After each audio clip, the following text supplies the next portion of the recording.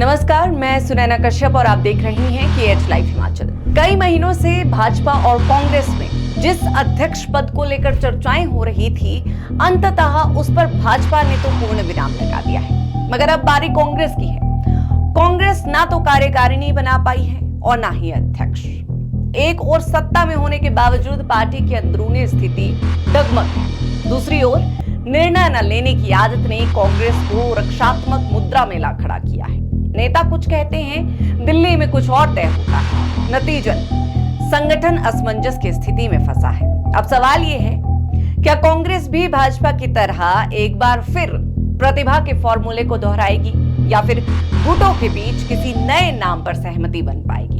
इधर विनय कुमार जैसे नामों की चर्चा है, तो उधर मुख्यमंत्री सुक्खू की मौन सहमति के बावजूद उनके खेमे की अलग सोच की भी बातें हो रही है। हिमाचल में नए अध्यक्ष के लिए भारतीय जनता पार्टी ज्यादा माथापच्ची के मूड में नहीं दिखी। 29 जून को पार्टी की ओर से नामांकन के लिए 30 जून का दिन तय हुआ।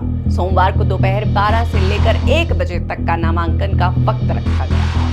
दोपहर 2 बजे से 3 बजे तक का नामांकन पत्रों की जांच और शाम 3 से 5 बजे तक नामांकन वापसी का समय तय किया गया। लेकिन ना तो नामांकन पत्रों की जांच की नौबत आई और ना ही नामांकन वापसी की, क्योंकि नामांकन सिर्फ एक ही नेता का हुआ। 1 जुलाई को नए नाम की घोषणा होनी थी, लेकिन इकलौते नामांकन के कारण चुनाव की तारीख को ही नए अध्यक्ष का नाम भी तय हो गया। हिमाचल प्रदेश में भाजपा के अध्यक्ष पद पर राजीव बिंदल की ताजपोशी तय हो चुकी है। राजीव बिंदल मौजूदा समय में भी हिमाचल बीजेपी की कमान संभाल रही है। फिलहाल एक ही नामांकन होने से यह स्पष्ट है कि डॉक्टर राजीव बिंदल हिमाचल भाजपा के अध्यक्ष होंगे। जातिगत समीकरणों से लेकर 2027 के चुनावों को देखते हुए कई नाम इस रेस में शामिल हो गए। राजीव बिंदल के अलावा कांगड़ा के सांसद राजीव भारद्वाज भी इस रेस में शामिल थे, जो सोमवार को प्रदेश अध्यक्ष के चुनाव में चुनाव अधिकारी की भूमिका निभाते नजर आए। महिला मुखिया की संभावना के बीच राज्यसभा सांसद इंदु गोस्वामी के नाम की चर्चा सियासी गलियारों में हुई और दलित वर्ग को फिर से प्रतिनिधित्व देने के लिए डॉक्टर सिकंदर कुमार के नाम की भी चर्चा रही। लेकिन अब साफ हो गया कि पार्टी नेतृत्व के दिल में कौन था। राजीव बिंदल के इकलौते नामांकन से तय हो गया कि हाईकमान के मन में नए अध्यक्ष के रूप में उनकी तस्वीर बिल्कुल साफ थी। अब सवाल उठा कि अगर ऐसा था तो फिर चुनाव की प्रक्रिया क्यों अपनाई गई? अध्यक्ष अगर सर्वसम्मति से ही चुना जाना था तो चुनाव की फॉर्मेलिटी क्यों? स्पष्ट है, भाजपा में शीर्ष नेतृत्व के आगे कौन टिक पाया है। भाजपा ने तो अध्यक्ष के नाम पर विराम लगा दिया, लेकिन अब बारी कांग्रेस की है। कांग्रेस आलाकमान लगातार मंथन के दौर में फंसी हुई है। चर्चाएं तो कई, मगर अंतिम फैसला अब तक अटका हुआ। प्रदेश कांग्रेस अध्यक्ष प्रतिभा सिंह की जगह पर नया अध्यक्ष नियुक्त करने की चर्चाएं पिछले कई महीनों से चल रही है। पहले अनुभवी नेताओं के नाम चले, फिर युवाओं को मौका देने की बात होने लगी, मगर भीतर खाने की गुटबाजी इस निर्णय को टालती जा रही है। आलाकमान ने प्रदेश के कई वरिष्ठ नेताओं से अलग अलग चरणों में बातचीत की, लेकिन अंतिम सहमति बनती नहीं दिख रही। ऐसे में अब एक बार फिर ये लगभग तय माना जा रहा है कि जब तक गुटों में सहमति नहीं बनती, तब तक पार्टी की कमान प्रतिभा सिंह के पास ही बनी रह सकती है।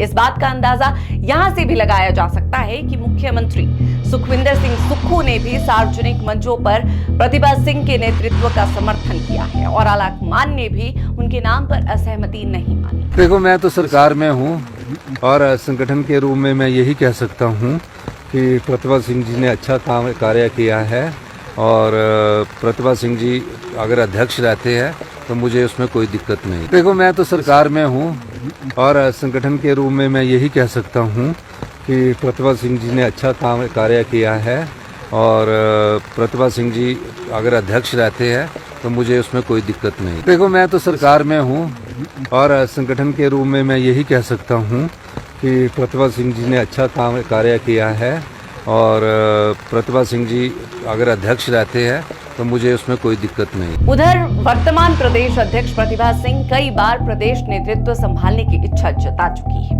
उन्होंने स्पष्ट रूप से कहा है कि अगर कांग्रेस आलाकमान उन्हें दोबारा प्रदेश अध्यक्ष की जिम्मेदारी सौंपता है तो वो तन मन धन से पार्टी को मजबूत करने का काम करेगी। प्रतिभा सिंह ने कहा है कि मैं पहले भी पार्टी की जिम्मेदारी को पूरी निष्ठा निष्ठा से निभा चुकी हूं और अगर दोबारा मौका मिलता है तो संगठन को मजबूत करने में कोई कसर नहीं छोड़ूंगी। जो भी जिम्मेवारी हाईकमांड देगी उसको मैंने पहले भी तन मन धन से काम करने की कोशिश की है, संगठन को मजबूत करने का प्रयास किया है और अब भी अगर ये जिम्मेवारी हाईकमांड मेरे कंधों पर डालती है तो उससे जो भी संभव हो सकेगा मैं उसको अच्छी तरह से निभाने का प्रयास करूंगी। कांग्रेस संगठन में बदलाव की सुगबुगाहट के बीच विनय कुमार का नाम भी लगातार सामने आ रहा है। वो कांग्रेस के एक पुराने और सक्रिय नेता है और हाल ही में दिल्ली में राष्ट्रीय अध्यक्ष मल्लिकार्जुन खड़गे से मुलाकात भी कर चुके हैं। इससे कयास लगाए जा रहे हैं कि उन्हें प्रदेश कांग्रेस की कमान सौंपी जा सकती है। हालांकि अब तक आलाकमान की ओर से कोई आधिकारिक घोषणा नहीं हुई है। प्रतिभा सिंह पहले ही स्पष्ट कर चुकी है कि अगर कांग्रेस संगठन में बदलाव की बात होती है तो ऐसे नेता को कमान दी जानी चाहिए जो जमीनी स्तर पर प्रभावशाली हो। उनका मानना है कि जो पार्टी की कमान संभाले वो एक कद्दावर नेता हो जिसकी अपनी पहचान हो और जो संगठन की मजबूती के लिए काम करे। अब तक कांग्रेस अध्यक्ष के लिए दर्जनों नामों पर चर्चा हो चुकी है मगर सहमति किसी एक पर भी नहीं बन पा रही। इन सब के बीच सीएम सुक्खू कई बार सार्वजनिक रूप से प्रतिभा सिंह के अध्यक्ष बने रहने को स्वीकार्य बता चुके हैं मगर सियासी माहिरों की माने तो सुक्खू खेमा नेतृत्व में परिवर्तन का पक्षधर है। ऐसे में प्रतिभा सिंह का अध्यक्ष बने रहना सीएम सुक्खू का ये बयान राजनीतिक हलकों में कई तरह की अटकलों को जन्म देता है। ये तो वही बात हो गई कि मुंह में राम और बगल में छुरी। खैर, वर्तमान में हिमाचल कांग्रेस में प्रदेश अध्यक्ष के अलावा कोई भी स्थायी संगठनात्मक ढांचा नहीं है। राष्ट्रीय अध्यक्ष मल्लिकार्जुन खड़गे ने करीब 8 महीने पहले प्रदेश, जिला, ब्लॉक और महिला कांग्रेस समेत सभी कार्यकारिणियों को भंग कर दिया था।